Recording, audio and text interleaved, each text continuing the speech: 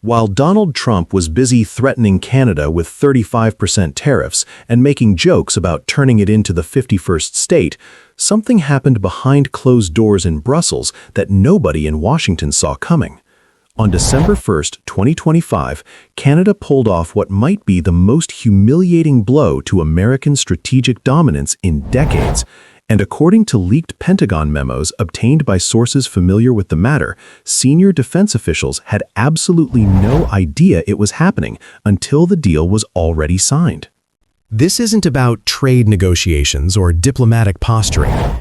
This is about $244 billion in European defense contracts that the United States just got completely shut out of. This is about Canada quietly outmaneuvering the most powerful military on Earth while Trump was tweeting threats. And by the time you finish watching this, you'll understand exactly how badly Trump's tariff war just backfired. Here's what went down. The European Union has been building something called SAFE, Security Action for Europe. Think of it as Europe's answer to decades of depending on American military protection. We're talking about 150 billion euros, roughly 244 billion Canadian dollars, in low-interest loans designed specifically to finance defense production at massive industrial scale. This isn't symbolic investment. This is real money meant to buy missiles, ammunition, drones, artillery systems, air defense networks, advanced cyber warfare capabilities, and space technology. Europe looked at Russia's ongoing aggression in Ukraine, looked at Trump's constant threats to abandon NATO allies, and decided they couldn't afford to keep all their security eggs in the American basket. SAFE is the financial engine designed to make Europe militarily independent by 2030. And here's where it gets absolutely stunning. SAFE was designed exclusively for European Union member states. Nobody else gets in. The United Kingdom tried to join after Brexit and got rejected flat out. Australia lobbied hard for access and didn't even make it to serious negotiations. Even the United States, Europe's supposed indispensable partner and the world's largest military superpower, remains completely outside this framework. But Canada just became the first and only non-European country ever admitted into this exclusive defense club. Let that sink in for a second.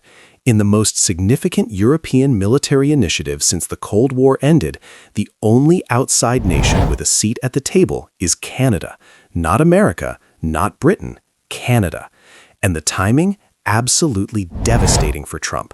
While he was publicly humiliating Canadian Prime Minister Mark Carney, calling Canada a security threat and threatening to destroy their economy with tariffs, Carney was in Brussels quietly negotiating access to a $4 trillion in defense contracts that American companies are now completely locked out of. To understand why this is such a catastrophic strategic failure, you need to know where Canada was before this happened. For decades, more than 70% of Canadian defense spending flowed straight to the United States. Canadian manufacturers built components for American weapon systems.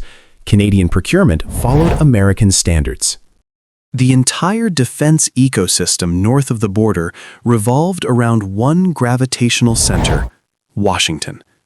Canada was essentially locked into a single supplier relationship for almost everything related to national security, which meant they had zero leverage and zero alternatives if the relationship went south. And then Trump made sure the relationship went south. He spent his first term and now his second term treating Canada like an enemy state. 25% tariffs on Canadian goods, threats to shut down their entire automobile industry, public humiliation of Canadian leaders at international summits. And then, in July 2025, after Canada backed Palestinian statehood at the UN, Trump escalated to threatening 35% tariffs on everything. This wasn't normal trade negotiation. This was economic warfare against America's largest trading partner, closest military ally, and literal next-door neighbor. But here's what Trump and his team completely missed while they were busy playing hardball. In January 2025, Justin Trudeau announced he was resigning as Prime Minister. The Liberal Party was pulling 26 points behind Conservatives and looked headed for total electoral collapse. And then, Mark Carney entered the race. This wasn't some career politician. Carney was the former governor of both the Bank of Canada and the Bank of England, one of the most respected financial minds on the planet. Someone who understood exactly how to navigate complex international negotiations. He won the Liberal leadership with an overwhelming 85.9% of the vote in March 2025, and immediately became Prime Minister with a very clear message. Canada needed to stop being dependent on one unpredictable partner who treated allies like hostages. 3 months later, in June 2025, Carney quietly signed a security and defense partnership with the European Union. Most analysts dismissed it as standard diplomatic protocol, the kind of symbolic agreement leaders sign for photo opportunities that never amounts to anything substantive. But that agreement was actually the foundation for something much bigger. It laid the legal and diplomatic groundwork for Canada to formally apply for membership in SAFE. And by December 2025, 6 months after that initial partnership, the deal was done. Canada was in full membership, complete access to $244 billion in European defense financing. And according to sources close to the negotiations, the European Commission fast-tracked Canada's application, specifically because they wanted a reliable North American partner who wouldn't threaten them with tariffs every time there was a policy disagreement. So what does Canada actually get out of this arrangement? And more importantly, what did the United States just lose? First, Canadian defense companies now have direct access to compete for $150 billion worth of defense projects across 27 European countries. That's not just export opportunities or one-off contracts. That's full integration into the core European defense supply chain for the next several decades. When Poland needs missiles, when Germany needs drones, when France needs ammunition, Canadian companies can now bid on those contracts on nearly equal footing with European firms. American defense contractors completely shut out. Second, and this is where it gets even more damaging for U.S. interests, Canada negotiated exemptions from the normal rules that would typically block outside suppliers. Under standard SAFE guidelines, joint defense projects require at least 65% of components to be produced within EU member states. That's a massive barrier designed to keep non-European suppliers out of the market. But according to European Commission sources who spoke on condition of anonymity, Canada secured special exemptions, allowing Canadian firms to contribute up to 80% of a system's total value in specific high-demand categories. We're talking about drones, counter-drone systems, missile components, ammunition production, advanced sensors, and cyber capabilities. These are exactly the areas where American companies have traditionally dominated global markets. Canada just got preferential access, while the United States stands on the outside looking in. Third, Canadian companies can now access the same low-interest EU-backed financing that European defense firms use. The European Union borrows money on global markets using its AAA credit rating, which means they get incredibly favorable interest rates. They then lend those funds to participating governments essentially at cost. This isn't just about cheaper money. This creates predictable long-term production schedules that allow Canadian manufacturers to invest in new facilities, hire thousands of workers, and build industrial capacity that typically takes decades to develop. And all of that economic activity that would have potentially gone to American defense contractors is now flowing to Canada and Europe instead. Fourth, Canada established a new defense investment agency specifically to manage SAFE participation. This isn't a temporary task force. This is a permanent institutional structure designed to coordinate between Canadian companies and European procurement officials for the next 30 to 45 years. The agency has already started identifying which Canadian firms should target which European projects, streamlining approvals and cutting through bureaucratic red tape. According to officials familiar with the AI-wise mandate, the goal is to facilitate transactions worth tens of billions of dollars annually by 2030. That's tens of billions in defense contracts that American companies just lost access to because Trump decided to treat Canada like an adversary instead of an ally. Now, let's talk about what this actually means for American power, because the implications go way beyond defense contracts. For the entire post-World War II era, the Western alliance system has been built around one central assumption: American security guarantees are indispensable. European countries underfunded their militaries for decades because they assumed the United States would always protect them. Canada did the same thing. NATO had a defense spending target of 2% of GDP, but Canada routinely spent only about 1.3%, making it one of the worst performers in the alliance. Critics in Washington called Canada a free rider, a country exploiting American military power while investing its money elsewhere.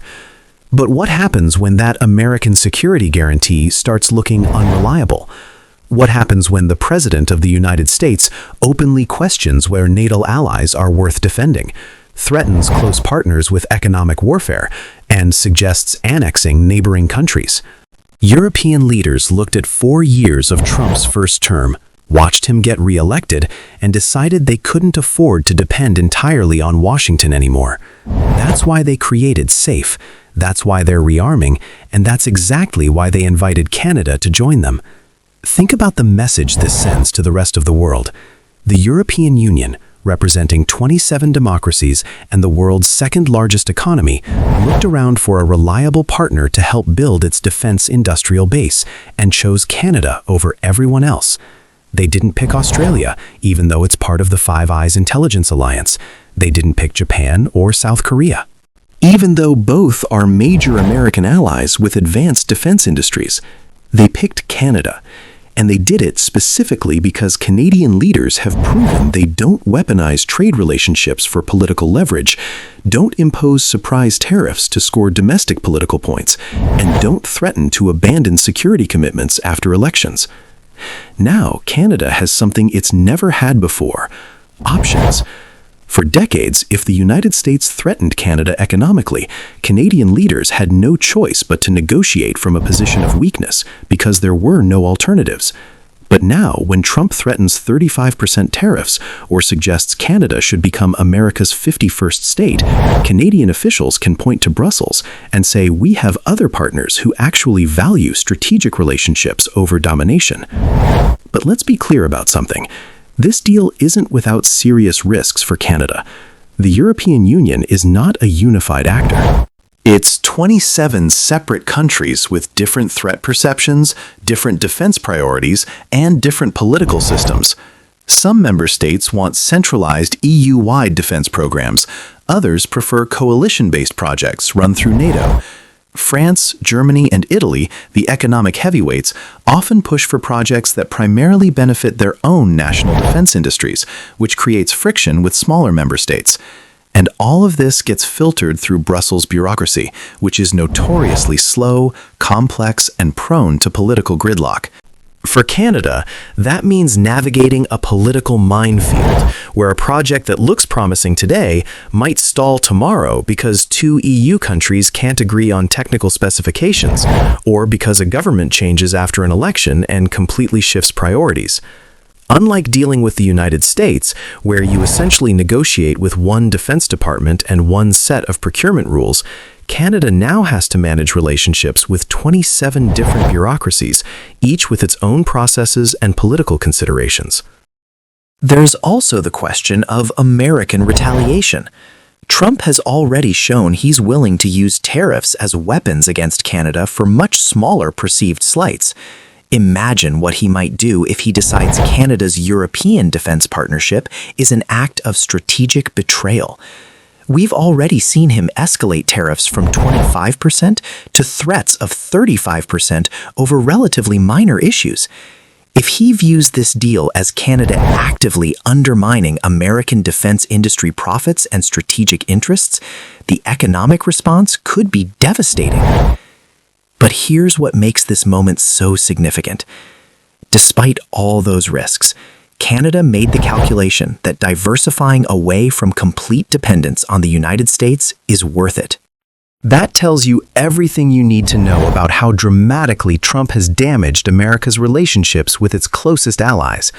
When your next-door neighbor, your largest trading partner, and one of your most reliable military allies decides that partnering with Europe is safer than relying on you, that's not just a policy disagreement. That's a fundamental breakdown in trust. The deal is done. Official ratification of Canada's safe participation is expected in the coming weeks, which means Canadian companies will start competing for European defense contracts probably by early 2026. The European Union has set a target of being fully ready for any military threat by 2030, which means the next 5 years will see an absolute explosion of defense spending across the continent. We're talking about over $1 trillion in total defense investments when you combine safe loans, national budgets, and broader European rearmament initiatives. And the United States completely on the outside. Not because Europe or Canada are hostile to American interests, but because Donald Trump spent years treating allies like enemies, weaponizing trade relationships, and making it clear that American commitments can't be trusted. This is what happens when you mistake bullying for negotiation. This is the cost of turning partnership into domination.